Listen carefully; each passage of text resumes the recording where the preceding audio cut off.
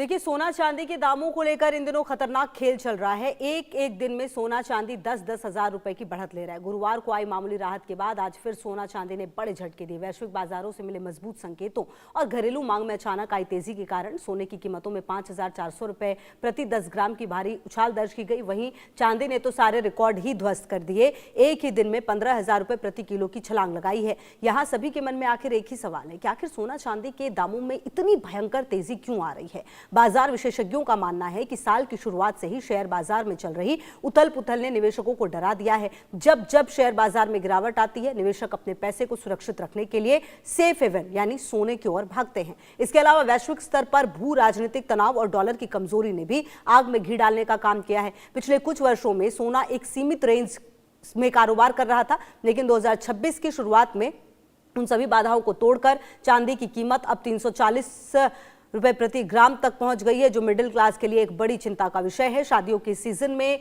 जेवर खरीदना अब आम आदमी के बजट से कोसों दूर होता जा रहा है। वहीं जो निवेशक लंबे समय से सोने को डेड इन्वेस्टमेंट मान रहे थे, उनके पोर्टफोलियो में अब जबरदस्त हरियाली दिख रही है। तो कुल मिलाकर जो सोने और चांदी के दाम है वो देखिए कि किस कदर यहाँ पर बढ़ते हुए नजर आए हैं और 10 ग्राम सोने की कीमत 1,60,000 पहुँच चुकी है।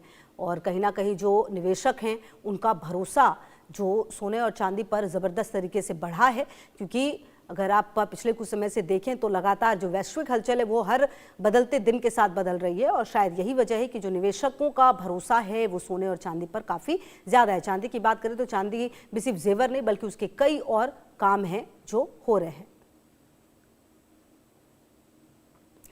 तो देखिए, चांदी के दाम बढ़ने के पीछे जो वैश्विक तनाव है, ये कुछ सर्वे हमने किए हैं। अब इस पर देखिए क्या क्या जवाब आया है। जो सवाल है उसके एवज में देखिए, जो सवाल है वो हमने किया कि चांदी के दाम बढ़ने के पीछे वैश्विक तनाव है। अब देखिए, हाँ बिल्कुल कह रहे हैं 61% लोग मानते हैं, बिल्कुल नहीं 25% लोग मानते हैं, कह नहीं सकते 14% लोग मानते हैं। तो अब देखिए, जो दूसरा सवाल हमने किया सर्वे में, शेयर बाजार में चल रही उथल पुथल में निवेशकों को डरा दिया है इस उथल पुथल ने। हाँ बिल्कुल में 68% लोग हैं, बिल्कुल नहीं 28%, कह नहीं सकते 4% है। इसके अलावा आप देखिए, तीसरा सवाल यह कि क्या चांदी की कीमतें बढ़ने के पीछे चीन है, यह भी एक सवाल है। ए चीन की साजिश है, 16% लोग ये मानते हैं। जी हाँ, डॉलर कमजोर करने की कोशिश है, 25% लोग ये भी मानते हैं।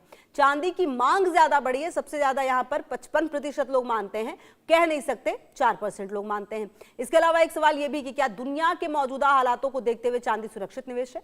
हाँ बिल्कुल 36% लोग मानते हैं, बिल्कुल नहीं 57% लोग मानते हैं, कह नहीं सकते 7% लोग मानते हैं। तो कुल मिलाकर अब देखिए, एक और सर्वे में जो सवाल था वो ये, क्या आने वाले दिनों में चांदी आम आदमी की पहुंच से दूर हो जाएगी। हाँ बिल्कुल कह रहे हैं 65% लोग, बिल्कुल नहीं 30%, कह नहीं सकते 5%। तो मतलब आने वाले दिनों में क्या चांदी आम लोगों की पहुंच से दूर हो जाएगी, तो 65% के करीब लोग हैं जो ये मानते हैं कि हाँ ऐसा ही होगा। मेरे साथ योगेश सिंघल जी, अध्यक्ष ऑल बुलियन ज्वेलर्स एसोसिएशन के, और एम के अग्रवाल जी, वरिष्ठ अर्थशास्त्री भी जुड़ गए हैं बातचीत करने के लिए। सबसे पहले आप ही के पास आते हुए योगेश सिंघल जी, ये जो बाजार है, हमने देखा कि कल एक बड़ा बदलाव देखने को मिला था, लेकिन आज एक बार फिर से बाजार जो है वो देख रहे हैं हम कि सोने और चांदी के दाम में फिर एक बार ऑल टाइम हाई पर दोनों ही चीजें नजर आ रही हैं। जी जी जी, देखिए कल 10,000 में सोने में और 30,000 में चांदी में टूट गए थे, और आज फिर से वो रिकवरी करके और उससे भी हाई को तोड़ दिया है। यानी कि कुल मिला के अभी मंदा नहीं कह सकते, अभी भी इसमें तेजी बनी हुई है। और उसका कारण सबको मालूम है, जियोपॉलिटिकल टेंशन है या डॉलर का डी डॉलराइजेशन है या वैश्विक अशांति फैली हुई है। सभी कारणों से ये अभी सोना और चांदी अपना ऑल टाइम हाई तोड़ता जा रहा है।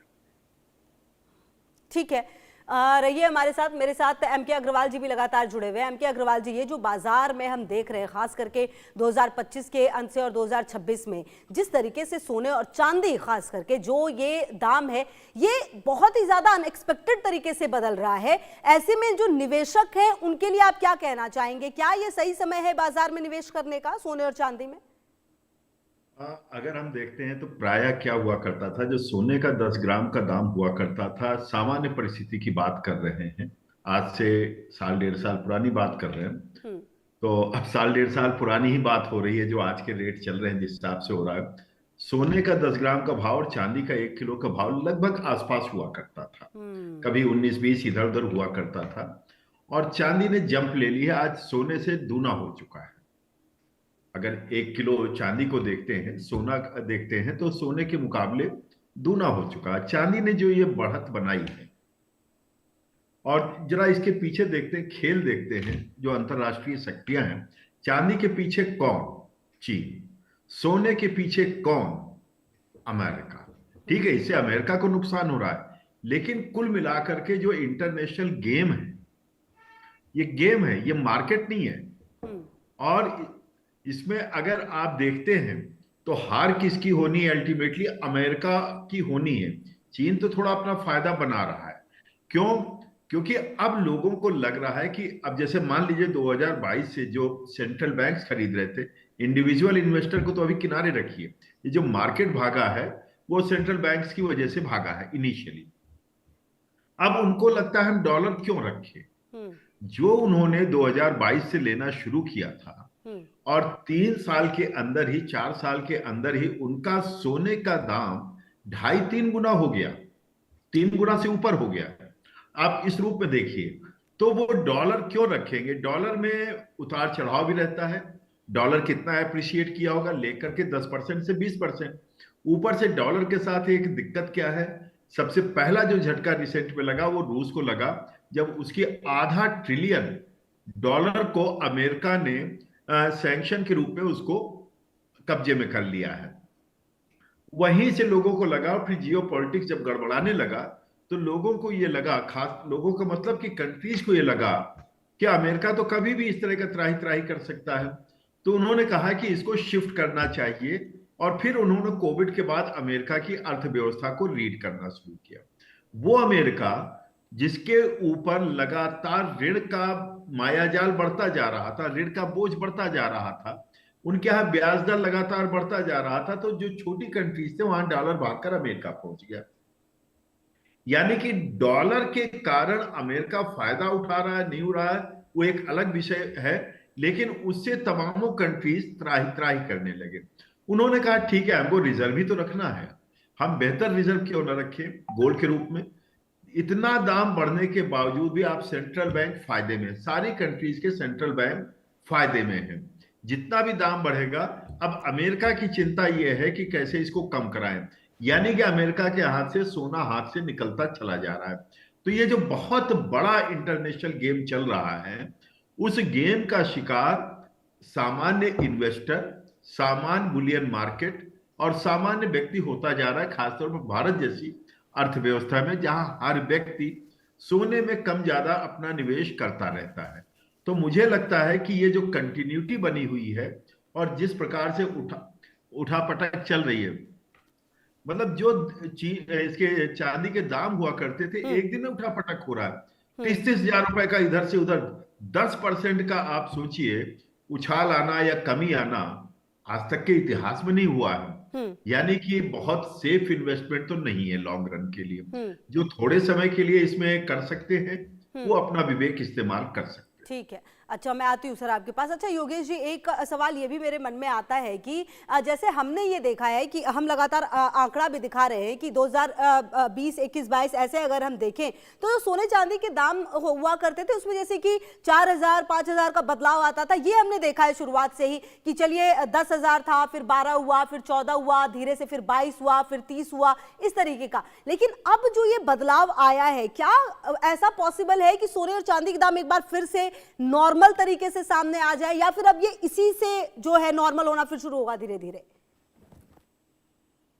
जैसा कि मैंने पहले ही बताया था कि देश के सभी देशों के यूरोपियन सेंट्रल बैंक डॉलर में विश्वसनीयता नहीं रख रहे हैं, क्योंकि डॉलर कभी भी अमेरिका अपनी हैकड़ी से उनके फ्रीज कर सकता है। तो वो बॉन्ड भी और डॉलर भी खत्म कर रहे हैं, जिससे कि अमेरिका का जो दबाव रहता है सब देशों पे, जैसा वेनेजुला में भी देखा कि उनके राष्ट्रपति को उठा लिया, या अभी ग्रीनलैंड की बात कर रहे हैं, उस पर कब्जा करने की बात हो रही है। तो सब देश जो है ना, डॉलर के मुकाबले में सोना चांदी को, सोने को खासकर वो रखना चाहते हैं, ताकि वो एक तो दबाव में नहीं रहे, दूसरा उसको जो इन्फ्लेशन है, जो महंगा बढ़ रहा है सोने का भाव, उससे भी उनकी अर्थव्यवस्था को मजबूती मिलती है।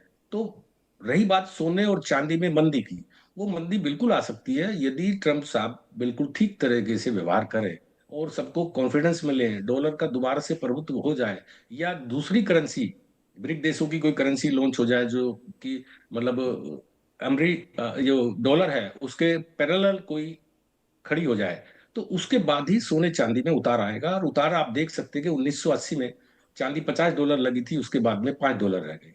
2011 में भी 75,000 रुपये चांदी का भाव लगने के बाद 32,000 रुपये रहा, और वो लगातार 5 साल तक 40,000 से 50,000 तक हाईएस्ट रहा। यानी कि 75,000 वाले जो इन्वेस्टर थे वो सब 40 से 50,000 के बीच में अपना नुकसान बुक करके और इन्वेस्टर निकल गए उससे। तो कहीं ऐसा ना हो कि अभी भी कहाँ से डॉलर खत्म होंगे, कहाँ से ये बाइंग बंद होगी यूरोपियन सेंट्रल बैंकों की, तभी इसमें थोड़ा सा नरमाव आने की संभावना है। ठीक है, ठीक है। बहुत बहुत शुक्रिया आप दोनों का मेरे साथ जुड़ने के लिए और बातचीत करने के लिए। और कहीं ना कहीं अब देखना यह है कि आने वाले समय में सोने और चांदी के दाम जिस तरीके से बढ़ रहे, क्या कभी ऐसा भी होगा कि अब सोने और चांदी के दामों में गिरावट आएगी, या फिर ये जो सिलसिला बदस्तूर जारी है ये यूं ही जारी रहेगा। लगातार तमाम खबरों पर नजर है, आप रहिए हमारे साथ, देखते रहिए इंडिया न्यूज।